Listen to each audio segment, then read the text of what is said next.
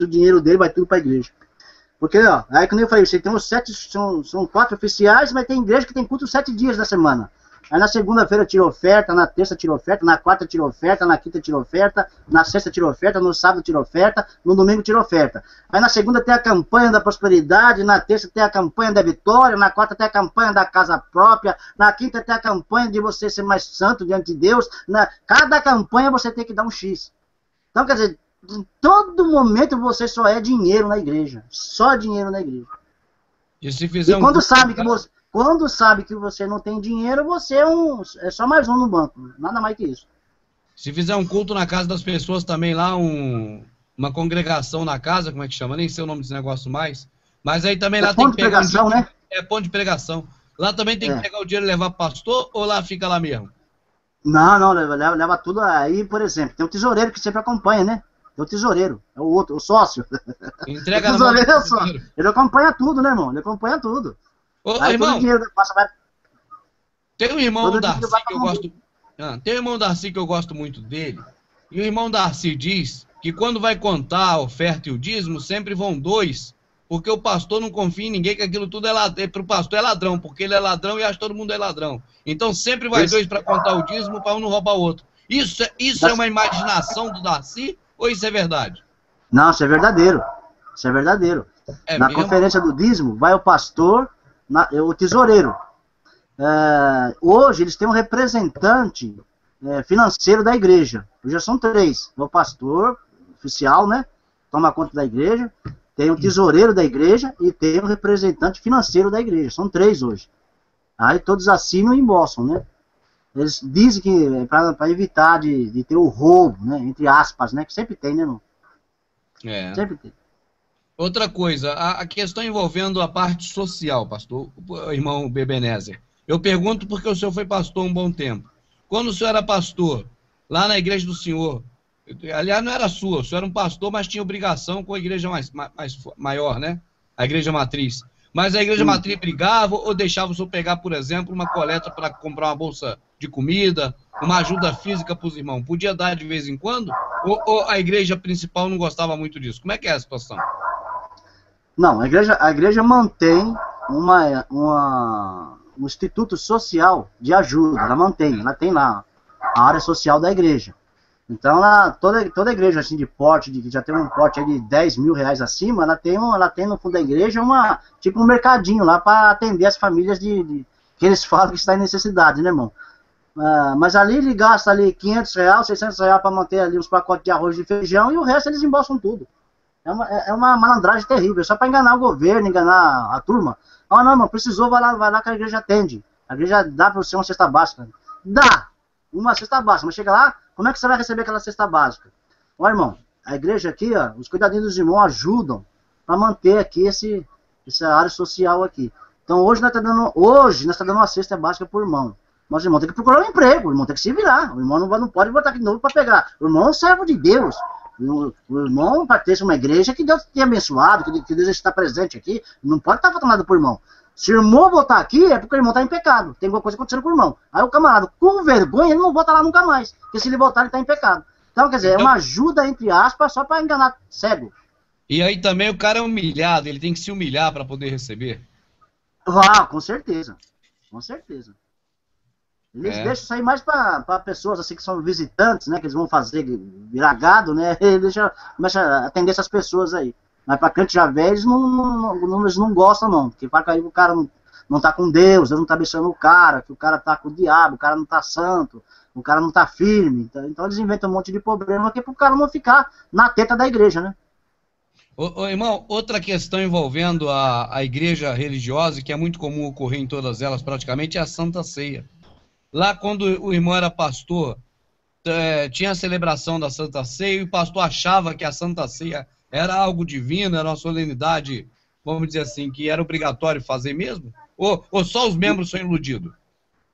Não, o pastor faz como se fosse realmente o corpo de Cristo mesmo, que ali é tomado o sangue dele e comida a carne dele. Ele acredita, sim.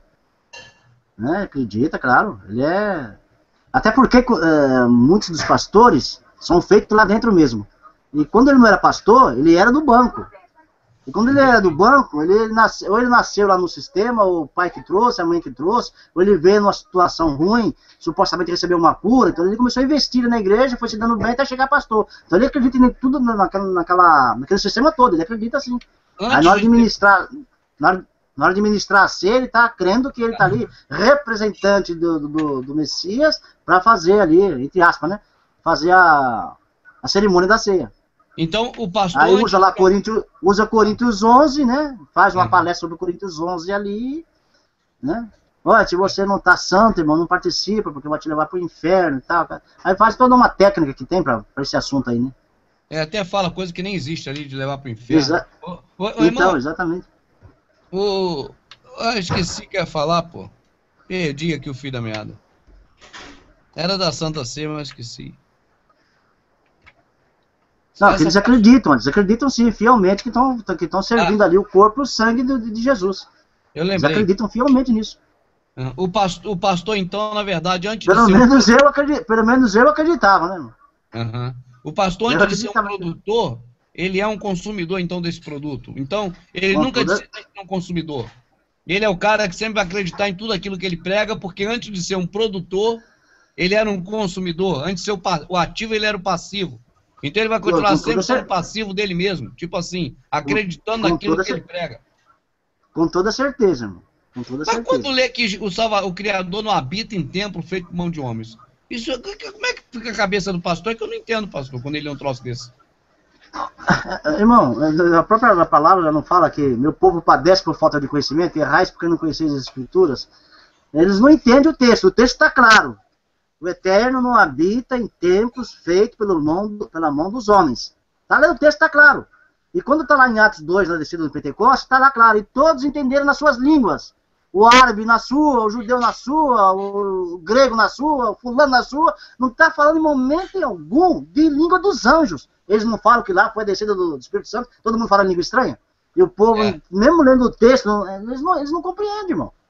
Que para eles não vale o que ele entende no texto, vale o que o pastor fala. Se o pastor falou que lá é assim, é assim. O texto para ele não vale nada. A Bíblia só ali para ele é só um interfúgio ali para ele. Só isso aí. É tipo assim, o dogma que já foi criado na cabeça dele tem muito mais poder de convencimento do que o que está escrito. Do que o texto bíblico. Entendi. Com toda certeza. Entendi. Eu creio que é verdade, sim. É normal que o pastor vira um deus, né? Ele vira um ídolo, né? Vira um deus, vira um ídolo. Ele manda na igreja, ele manda no povo. E ele fala assim, ó. Essas ovelhas são minhas. Essas ovelhas são minhas. Eu cuido dessas ovelhas. Eu cuido desse rebanho. Em momento algum ele fala que ele tinha que falar que aquele rebanho é do Eterno. E supostamente, entre aspas, claro. Seria do Criador. Não, ele fala que é dele, né? Ô pastor, aí ele lê os textos que o pastor cuida das ovelhas, tal, etc. Uhum. Vai todo aquele chaveamento bíblico que é para atingir o cérebro do camarada, né? Ô irmão, eu antes mesmo de ser evangélico, eu trabalhava no rádio, e depois fui para a política. E eu conversei diversas vezes, estive em reuniões também diversas vezes, em que estão empresários, políticos e pastores. E eu nunca, não estou dizendo que não existe, mas em toda vez que eu tive contato com um pastor nesses ambientes, eu nunca vi um pastor falar do jeito que ele fala do púlpito. Sempre foi um pastor com o mesmo perfil do político, mesmo perfil do empresário, fala um palavrãozinho, fala mal do outro, o mesmo assunto, fala de futebol, fala de mulher, tipo assim, o assunto dele ali no meio daquele povo ali é o assunto comum que está rodando naquela roda. Então ninguém sabe que ele é pastor ali porque ele não é diferente, tá certo? Isso eu estou falando, eu nunca, não estou dizendo que não existe, mas eu, em todo o tempo que tinha reunião, que tinha pastor no meio, em todo o tempo que estava com o pastor junto com o empresário, em todo o tempo que estava com o pastor junto com o pessoal de rádio, todas as vezes, e todos os pastores que eu encontrei nesse meio, nenhum deles agia como um pastor de verdade, aliás, de verdade não, como pastor no púlpito, é o que eu estou falando. Agora, eu já cheguei a levar uma pessoa comigo até uma reunião onde estava o prefeito da cidade, onde estavam outras pessoas importantes da cidade, e na antessala, antes de entrar para o prefeito, eu já falei, vou perguntar ao pastor agora. E já fiz algumas perguntas ao pastor, que o pastor confirmou tudo, abertamente, e que jamais falaria no púlpito, a ponto da pessoa ficar de queixo caído, sem saber o que fazer, sem ação. Aí, eu pergunto ao pastor, É só no meio que eu vivi isso, ou o próprio pastor, ex-pastor, né, o irmão Ebenezer, no meio do pastorado que o senhor andava com ele, sei lá, tinha amizade, os papos sempre foram assim, igual eu percebia. Foi impressão mal que foi passada para mim, ou aquilo é uma realidade que os pastores, de pastor para pastor e para empresário, têm uma metalinguística diferente? Totalmente diferente, irmão.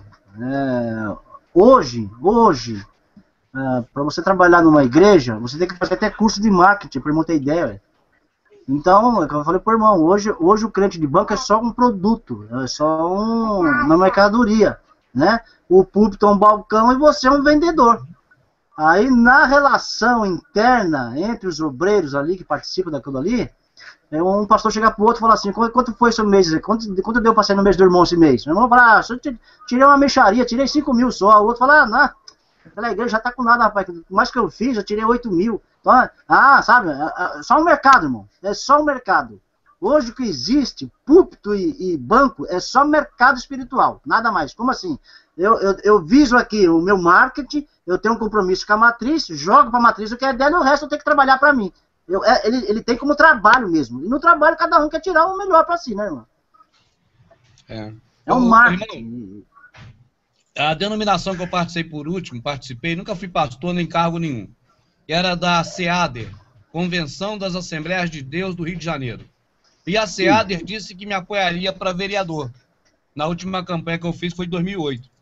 Então, o apoio deles era permitir que eu fosse na reunião de pastores. Todo mês, a SEADER escolhe uma das igrejas. Então, tem um organismo próprio da SEADER que leva lá muita comida. Aí os pastores se reúnem tipo um congressozinho de pastores. Aí tem o café da manhã que eles comem pra caramba. E ali naquele métier, eles ficam conversando um pastor com o outro. Então eu fui em diversas reuniões dessas, porque é ali que tinha aquele trâmite com todos os pastores da Assembleia, dessa convenção, e era onde era feito talvez amarramento político. Mas na verdade cada um queria levar vantagem, a gente não tinha para dar. O apoio da SEAD era só historinha. Mas de um jeito ou de outro que eu estou dizendo, é que eu estava nessas reuniões e eu vi os pastores falando assim, e aquela igreja sua tá muito ruim. Minha igreja era aqui, ó, é Rolex. Aqui, meus membros reuniram essa semana, no meu aniversário, me deu esse Rolex. Cadê? O que te deu na sua? Aí o outro falou, não, já viu aquele igrejão que tá lá? É os membros que fizeram, é minha igreja, é meu rebanho, olha lá. Como é que eu tô agora com tanta sala de aula? Olha quanto... Eles ficam se gabando um pro outro, dizendo que um é melhor que o outro, irmão. Eu não tô contando isso aí é verdade. Não, eu cansei de ver mas isso. Isso é verídico, isso é assim mesmo. Um quer se sentir, que tá até porque eles querem mostrar pro chefão lá, presidente da obra, que ele tá trabalhando melhor que o outro. É aquela questão que eu falei pro irmão, ele quer atingir um lugar melhor pra ele. Entendi. Então ele quer mostrar pro chefão que ele tirou mais, que ele trabalha mais, que ele ganha mais, porque se tiver uma posição melhor é dele. Então ele humilha o outro, ele briga com o outro, entendeu? Tem muito isso aí, ó. Então é uma cachorrada entre eles terrível, irmão. Terrível. É por isso que são cães, né, irmão? Cães gulosos. Realmente são cães gulosos, irmão. E muito gulosos. Cada um se torna pra sua parte. Só que vão pagar caro, né? Um dia eles vão sentar com o Criador, vão pagar caro sobre isso aí tudo, né? De cada alma que eles lesaram, de cada ser que eles lesaram, eles vão ter um acerto com o Criador. É isso que eu acredito. Essa imundice toda espiritual que eles fazem com as vítimas, né? O crente no banco, coitado, é uma vítima. Ele não sabe que ele é uma vítima. É uma vítima. Né? E eles são os ele é extorquido. Ele é extorquido de tudo quanto é jeito. Se ele estiver doente, ele é extorquido. Se ele estiver desempregado, ele é extorquido. Se ele tiver com problema na família, ele é extorquido. Então é complicado. Então, irmão, essas coisas todas que a gente já vivenciou. Uma coisa que eu lembro que eu vivenciei, irmão, que eu achei o ápice da loucura. Sim, irmão. Foi num culto de oração, sabe, irmão? O ápice da loucura. Oração. Aí um rapaz da mocidade lá, nós estávamos orando e tal, e de repente ele falando em língua estranha e tal, e ele caiu no chão, fez um rodopio lá e caiu no chão. Aí todo mundo foi arrebatado pro céu. Aí um fala assim, não, aí começa a historinha. Olha, ele foi pro primeiro céu, o outro foi pro segundo céu. Aí o camarada tava vindo tudo ali do chão, né, irmão? Aí daqui a pouco acabou a oração e o cara voltou, né? E aí, irmão, como é que foi? Rapaz, fui até o terceiro céu. Nossa, o Paulo foi até o terceiro céu, o Shaul foi até o terceiro céu. E o que você viu lá? Não, trouxe um recado de lá. Aí, rapaz, nossa, o pastor já cata esse cara, leva ele lá pra trás já pra trabalhar com ele.